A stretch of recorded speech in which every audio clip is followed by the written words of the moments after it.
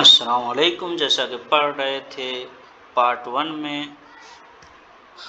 نقل و حمل انسانوں کے جسم اور جانوروں کے جسم میں نقل و حمل کے بارے میں، تو دوسرا پارٹ میں ہم پڑھیں گے پودوں میں اشیاء کا نقل و حمل. پودوں میں، پیڑ پودوں میں کیسے ہوتا ہے transport of substance in the plant.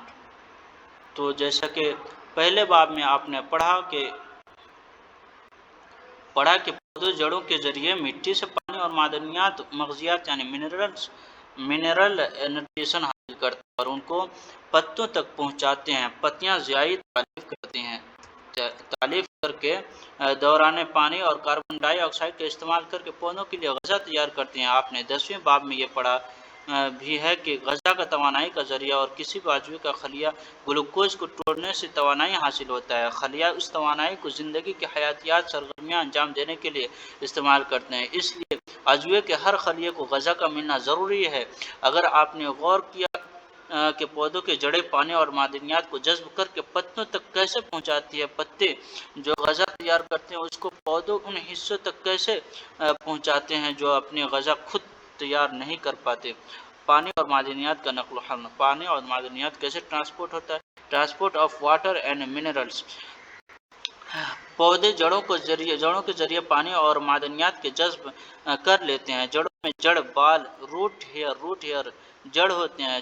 جڑ بال پانی اور پانی میں نیوٹریشن کو جذب کرنے کے لیے جڑ کی سطحیں رقبے کو بڑھا دیتے ہیں. جڑ بال مٹی کے ذرات کے درمیان موجود ہوتے ہیں. جیسے آپ دیکھ سکتے ہیں بچوں، یہ جڑ ہوتے ہیں. جیسے یہ جڑ آپ دیکھ رہا ہے اور اس کو اور بڑا کریں گے اس چھوٹے چھوٹے کو تو ایسے نظر آئے گا جڑ. تو پانی کے رابطے میں رہتے ہیں یہ جڑ بال.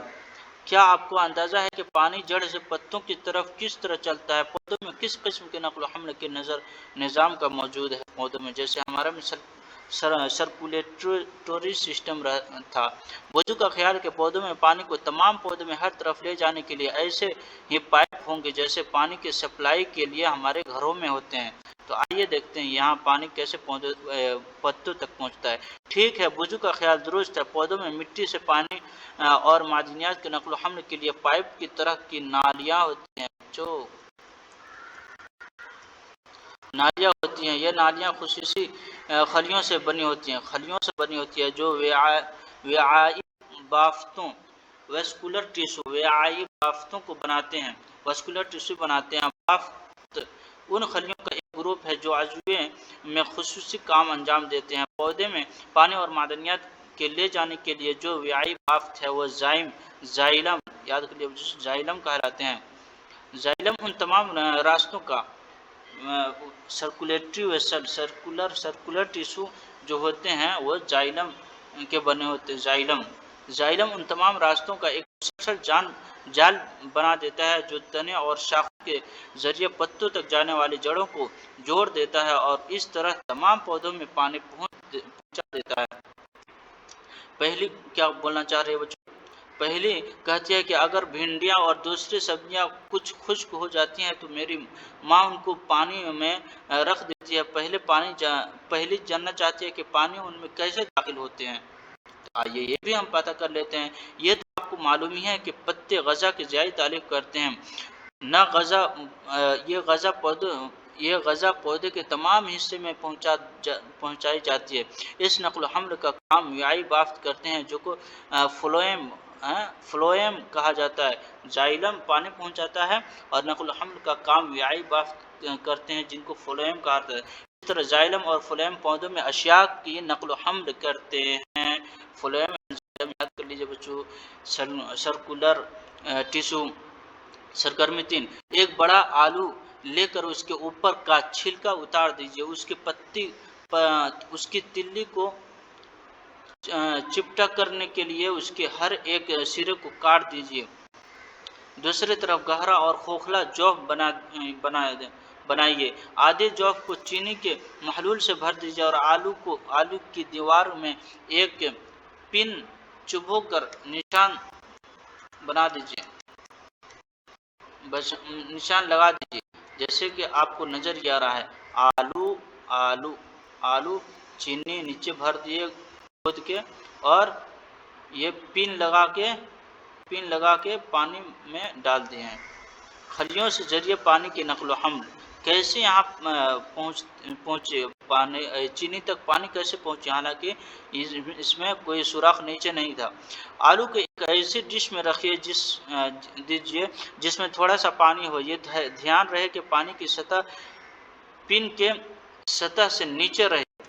اس ترتیب کو چند گھنٹے رہنے دیں۔ آپ چینی کے محلول کی سطح میں اضافہ دیکھیں گے۔ پانی آلو کے اندر کیسے گیا؟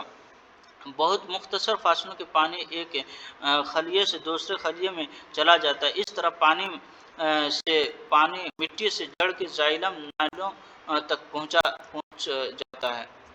سریان ٹرانسپائریشن کیا ہوتا ہے؟ چھٹی کلاس میں آپ پڑھ چکے ہیں کہ پودے عمل سریان ٹرانسپائریشن کے ذریعے بہت سا پانی خارج کر دیتا ہے۔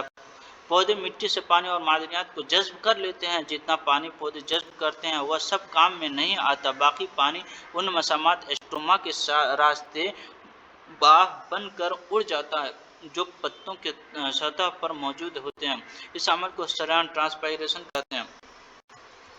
تو بوجھو کیا پوچھ رہا ہے بچوں؟ بوجھو یہ جاننا چاہتا ہے کہ پودے زمین سے پانی کی بڑی مقدار کیوں جذب کر لیتے ہیں اور پھر سریان کے ذریعے خارج کر دیتے ہیں۔ پتوں سے پانی کی تبخیر امتصاصی کھینچاؤ سکشن پول پیدا کرتی ہے۔ کیا امتصاصی مطلب کھینچاؤ، امتصاص مطلب کھینچنا، امتصاص مطلب چوسنا، امتصاصی کھینچاؤ سکشن پولز پیدا کرتے ہیں۔ پتوں سے پانی کی تبخیر امتصاصی کھینچاؤ پیدا کرتے ہیں۔ یہ ایسا ہی عمل ہے جیسا آپ کے کسی ایسٹرا کے ذریعے پانی کی چسکی لی۔ اس طرح کے عمل سے پانی پٹیر کی بڑی اونچائی تک پہنچ جاتا ہے۔ سریان پودوں کے ٹھنڈا بھی کرتا ہے۔ تو بچوں سیکشن پول پیدا ہوتا ہے جو امتصاصی کھینچاؤ اردو میں بولتے ہیں، وہ پانی کو نیچے سے بہت اوپر جو بڑے بڑے درخت ہوتے ہیں وہاں تک پانی پہنچا دیتا ہے۔ آئیے کچھ کلیدی الفاظ جو ہیں، نئے الفاظ کی ورڈ ہم جانتے ہیں۔ امونیا جیسے پڑھا آپ نے، امونیا، شریان، اس کو یاد کر لیجئے سارے ورڈ بچوں۔